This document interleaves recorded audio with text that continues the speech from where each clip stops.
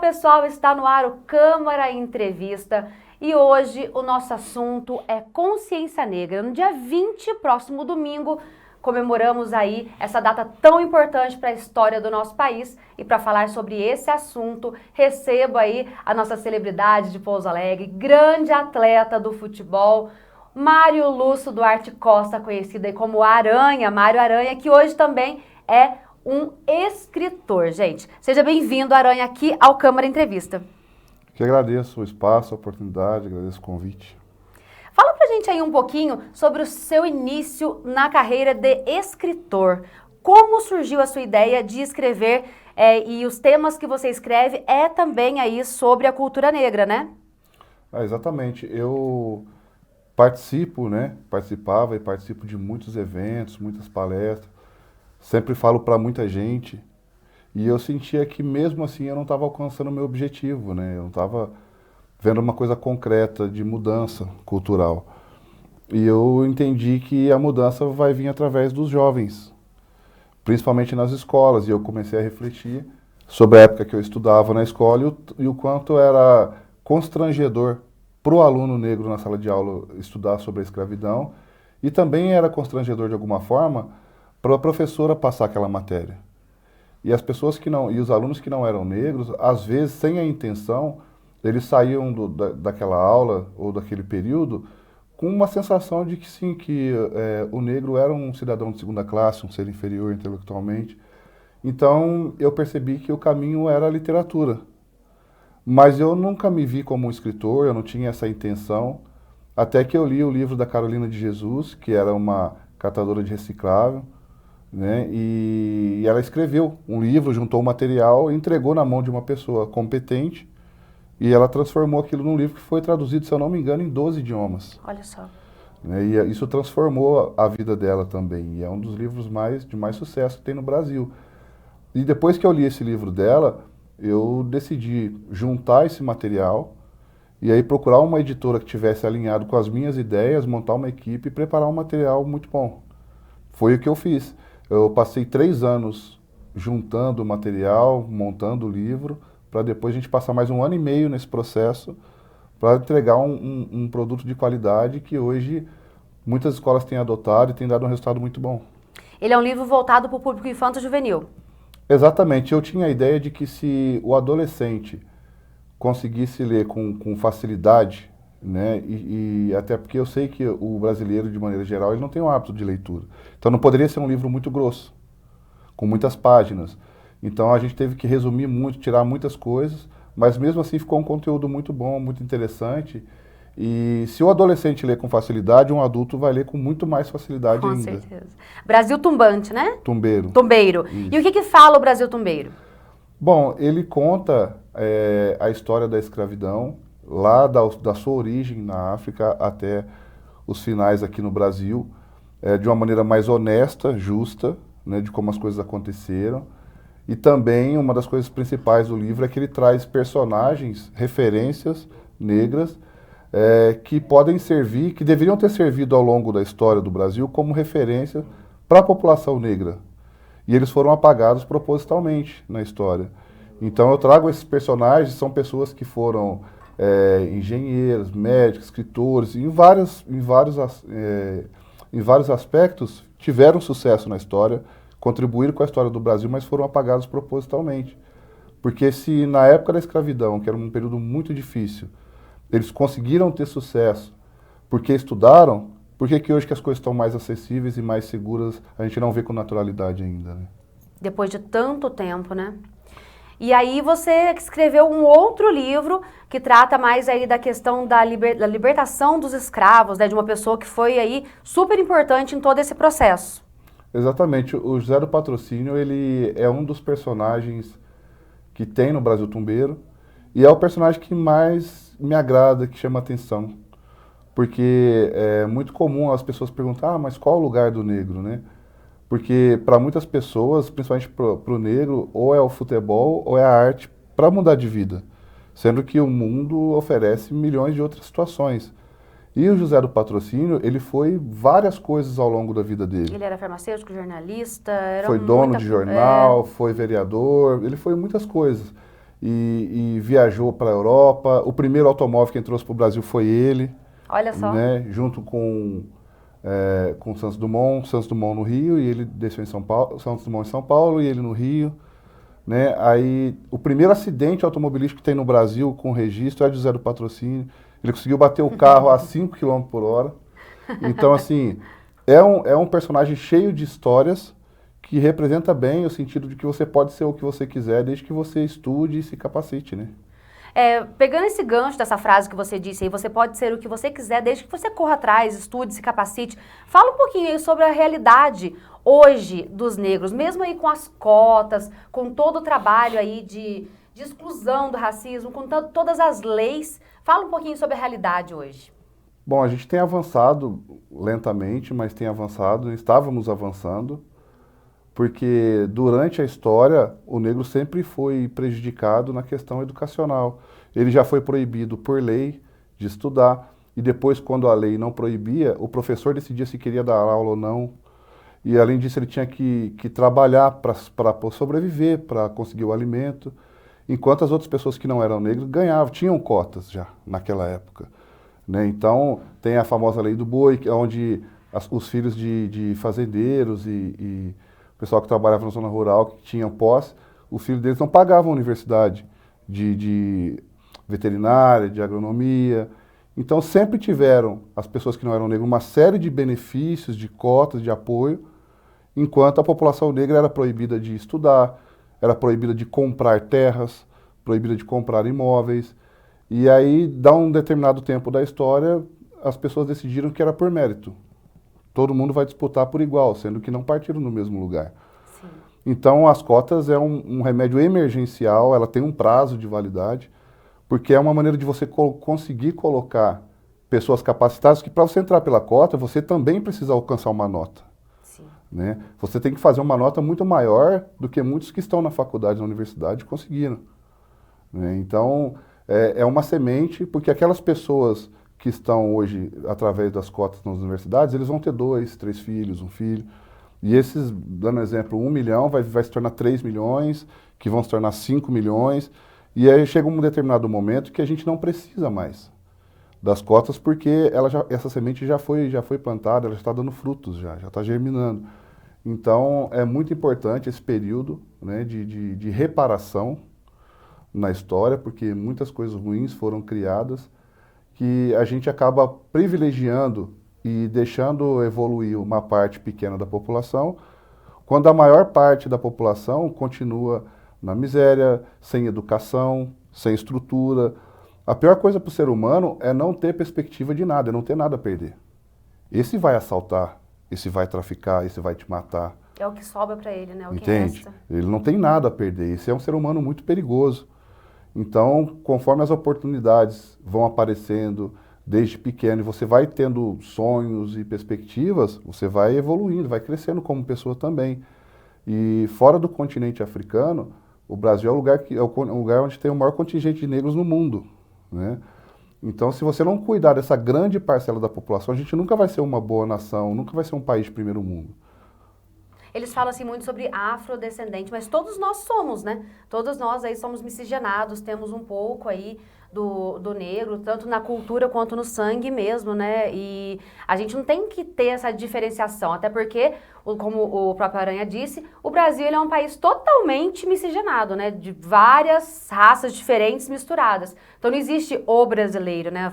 O Brasil é um país formado por diversos imigrantes. Então, não tem por que ter diferenciar o X do Y, do Z, porque todos temos que ter as mesmas oportunidades e aí ter essa igualdade que tanto buscamos. Falando aí um pouquinho sobre isso, na sua carreira como jogador de futebol, como goleiro, você sofreu bastante essa questão do preconceito, até nos seus últimos anos de carreira, você teve aí um episódio muito triste nessa questão aí do preconceito. Queria que você falasse um pouquinho sobre a sua experiência com o preconceito na pele, sentido na pele mesmo.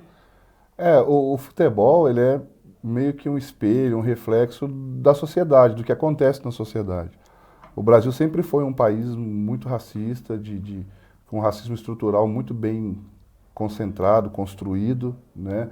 E isso refletia no futebol também. As pessoas não sabem, o Brasil é o país do futebol, as pessoas amam o futebol, mas não conhecem a história do futebol.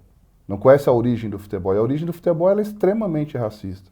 Não foi um esporte trazido para cá, não foi um esporte pensado para pessoas negras, nem para pessoas brancas pobres.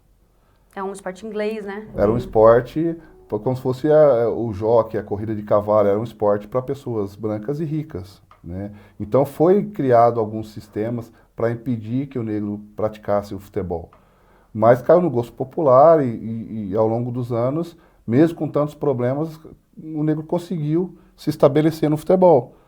Mas ainda a gente encontra alguma resistência, né, como treinador, como gestor de clube, como diretor, porque as pessoas dessa época, o futebol não é tão velho assim, né, é centenário, as pessoas têm essa ideia racista ainda que o negro ele é inferior intelectualmente.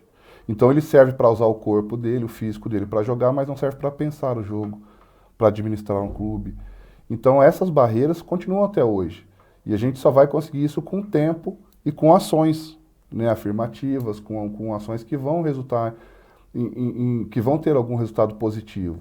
Né? É o incentivo à educação, é o jogador jovem da base estar estudando, se preparando para o pós-carreira também, ser um diretor, ser um treinador. E isso leva um tempo. Às vezes, algumas pessoas tentam interromper esse processo para que os seus filhos, seus netos continuem se beneficiando da falta de concorrência no mercado de trabalho. Mas, enfim, a gente tem evoluído sim, o futebol, a minha carreira eu esbarrei o tempo todo com isso. Né? Eu passei a minha carreira inteira tendo que provar muito mais que as outras pessoas, porque diziam que o homem negro ele não é confiável para jogar no gol, ele não pode jogar, não sabia jogar no gol. Gente, que absurdo. Então, e eu tive que lutar minha carreira inteira contra isso, sempre ter que provar mais, muito mais tempo, né? Mas isso é um reflexo daquilo que a sociedade tinha. Uma parte boa é que agora as pessoas estão enxergando e as pessoas estão criando coragem, de um tempo para cá, de expor o racismo, de expor que é racista, de cometer a injúria. Sabe, eles estão mostrando a cara e isso facilita para a gente combater também. Porque antes, todo mundo conhecia uma pessoa racista, mas ninguém era racista. Né? Era uma matemática que não fechava. Conheço tal pessoa que mas eu não. Aí a pessoa já... Ô, Aranha, conta pra gente aí como que foi aí o seu início, né? Que você falou aí a respeito da dificuldade de você ter que provar mais que os outros. Como que foi pra você, como surgiu a oportunidade de você entrar no futebol? Bom, eu desde de novo já estava nas escolinhas, nos campos aqui de Pouso Alegre, e eu tive alguns treinadores de escolinha aqui que me deram muito apoio, né? Eu lembro a primeira vez que eu saí daqui foi com uma escolinha que tinha no centro da cidade aqui, com o Carlos, e depois eu joguei muito tempo com o Ailton Custódio, que é um cara, uma referência aqui em Pouso Alegre, uma lenda aqui em Pouso Alegre. Eu acho que 99% dos jogadores de Pouso Alegre que saíram daqui e foram para algum clube, foi pelas mãos dele. Né? Ele era um cara, como ele mesmo dizia, ele estava à frente do tempo. Ele tinha umas ideias, ele conseguia esses espaços e ele começou a me mandar para fazer avaliação nos clubes, mesmo sabendo que a dificuldade minha seria maior. Mas ele acreditou, ele acreditava nisso e me deu algumas oportunidades. Então, me levou para o interior de São Paulo, onde eu comecei a desenvolver minha carreira. Olha só, isso foi em que ano? Nossa, foi em 97, 96, assim, né? E você ainda é novo, né, Aranha? A gente vê que, assim, a carreira do jogador de futebol, ela é curta, né? O jogador, ele para ali com os seus 38, 39 anos. Você tem hoje 40? 41. 41? Então, e aí, é como você disse, é importante que a pessoa se prepare para o pós-jogador, né? Para depois que termine a carreira, ele tenha o que fazer e aí tem oportunidades dentro do futebol. E aí você está fazendo diversos projetos agora, né? Eu queria que você falasse um pouquinho sobre a sua carreira pós-jogador, quais são os projetos agora, qual que é a sua luta aí a respeito aí dos negros também, que você tá aí com um papel importante lá dentro mesmo da Confederação Brasileira de Futebol. Aí eu queria que você contasse pra gente um pouquinho. Pela minha experiência de 18 anos como profissional, né, e uma experiência ainda muito maior dentro dessa área da história do Brasil, da história do negro no Brasil, da militância contra o racismo, que isso vem desde os meus 14 anos, 15 anos. Então, Então o futebol entrou na minha vida e saiu. E como eu já fui premiado pelos direitos humanos, por essa luta, então como eu sou uma das maiores referências, ou a maior referência no esporte em relação a isso, eu fui convidado pela CBF para fazer parte de um grupo de trabalho que a gente visa recuperar ou então criar um ambiente melhor, mais saudável, feliz dentro do futebol brasileiro. E eu cuido da parte, estou nesse grupo de combate ao racismo e à violência no futebol, pela CBF. A gente iniciou agora, está bem no início, nós vamos ter ações emergenciais que precisam ser mais rápidas, precisam estar acontecendo, mas também existe um planejamento ao longo prazo para que a gente possa resolver realmente muitas questões que atrapalham ainda não só o futebol, mas a vida do brasileiro em geral. Porque é um esporte que muita gente gosta, é um esporte que seria para ser um espetáculo de alegria, de felicidade, de um ambiente familiar, e o que a gente vê é ódio, violência, morte, racismo, injúrias, né? Então a gente está trabalhando na CBF com esse intuito de recuperar e fazer do futebol um momento feliz para a família. E coincidência ou não, o dia 20, que é o dia da consciência negra, também será o primeiro dia da Copa, a abertura da nossa Copa do Mundo esse ano, que é mais tarde aí, né, por conta aí de tudo que aconteceu, aí todo o processo que aconteceu, né, com a pandemia. E aí eu queria que você falasse o que simboliza essa data do dia 20. É uma luta, como você mesmo disse, contínua, que tem que ser aí o ano todo, até deixar de ser luta, né? E aí eu queria que você falasse o que simboliza para você o dia 20. Bom, o dia 20 não é uma data de comemoração, né? É uma data de reflexão. No Brasil, eu acho que no mundo inteiro, é necessário que tenham datas marcadas assim, para que a gente fale sobre o assunto, chame atenção sobre o assunto, sobre o problema, né? Até mesmo sobre alguma coisa boa também, né? Como o Natal, como o Ano Novo. É preciso firmar uma data para que naquele período, naquela semana, naquele mês, tenha um engajamento maior, as pessoas falem mais sobre esse assunto. E no Brasil, até um tempo atrás, o racismo era uma coisa que ninguém conversava, que não tinha espaço na mídia, as pessoas não debatiam esse problema. E era um problema que estava atrapalhando e atrapalha muito o desenvolvimento do nosso país. Então foi firmada essa data para isso, para que as pessoas, mesmo que elas questionem que não era necessária, que não deveria ter a data da consciência negra, isso já é um ganho. Porque a pessoa já está falando sobre o assunto, já está debatendo sobre o assunto.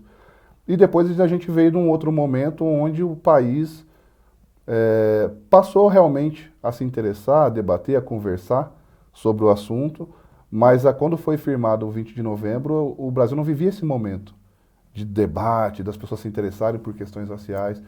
Então é uma data muito importante, muito fundamental na história do nosso país, para o desenvolvimento do nosso país, porque a gente necessita resolver esse problema e não tem como resolver um problema a não ser conversando e falando sobre ele, né?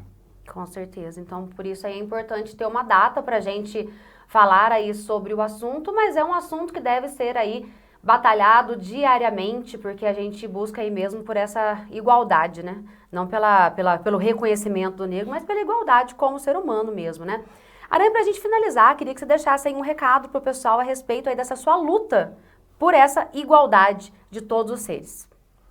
Olha, eu escuto muitas pessoas falarem que nós todos somos iguais e talvez esse deva ser o maior erro que o Brasil cometeu desde o princípio, né? Eu acho que não tem problema sermos diferentes, desde que respeitamos a diferença do outro, entende?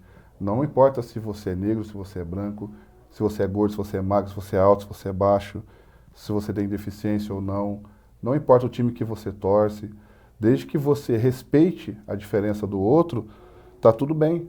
Desde que a gente trabalhe para um lugar melhor, para um ambiente melhor, tá tudo bem. Porque às vezes negar a diferença do outro, muitas vezes você passa por cima da dor, né? Você tira oportunidades e espaço da outra pessoa. Então é isso, se tem um recado que eu possa passar nesse momento, é isso. Que tem diferença sim, mas a gente deve respeitar o diferente também. É isso aí. Agradecer a sua presença aqui na TV Câmara, muito obrigada. Sei que a sua agenda está aí super corrida, tá no bate e volta, São Paulo e viajando. Então, queria agradecer a sua presença aqui, sua disponibilidade. Um beijo para a Juliana também, que ajudou a gente a marcar aí a entrevista. Agradecer você pela presença aqui. Eu que agradeço o convite, agradeço o espaço mais uma vez.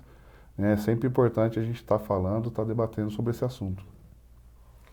E é isso aí, pessoal. A gente finaliza aqui agora o nosso Câmara Entrevista de hoje com o assunto Dia da Consciência Negra. Em breve a gente volta com mais entrevistados, com mais assuntos importantes para você, cidadão de Pouso Alegre e região. Até lá!